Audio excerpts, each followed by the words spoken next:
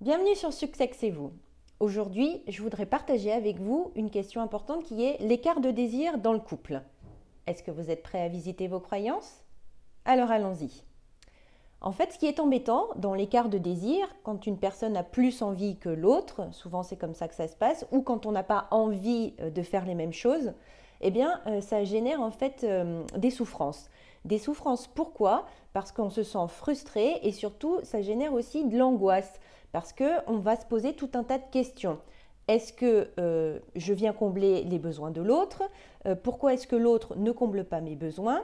Est-ce que je suis à la hauteur? Est-ce que j'arrive à comprendre l'autre? Et surtout la question derrière qui est essentielle, est-ce que l'on s'aime? Parce qu'en fait, dans un couple, ce qui différencie le couple d'une relation amicale, c'est la sexualité, la sensualité et l'érotisme. C'est ce qui fait qu'on est un couple. Sinon, on est des copains quand on n'a pas de sexualité.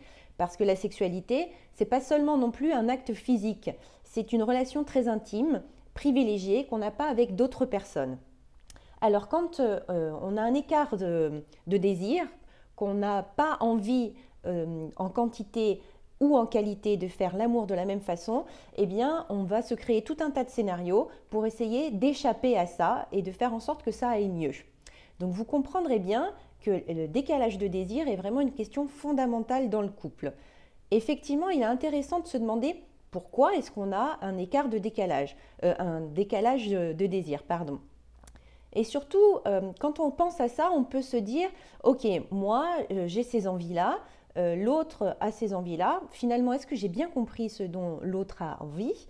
Il y a aussi tout un contexte qui peut être lié à des douleurs, quand on a par exemple l'endométriose ou parce qu'on a une maladie ou parce qu'on est en surpoids ou ce genre de choses. Donc il y a tout un tas de facteurs qui rentrent en ligne de compte dans le désir et surtout la réalisation du désir. J'aurais envie de vous dire, avant d'essayer d'externaliser vos besoins et vos excitations, c'est intéressant quand même de se demander qu'est-ce que je peux faire pour être encore plus proche de la personne qui partage ma vie depuis 1, 2, 5, 10, 15, 20 ans ou même plus. Parce que finalement, c'est cet investissement dans la relation qui fait qu'on va pouvoir continuer à grandir ensemble et à pouvoir s'érotiser ensemble, quels que soient les besoins de l'un ou de l'autre, pour trouver un espace commun de partage et de croissance. J'espère que cette vidéo suscite en vous des questionnements et surtout des idées d'avancement.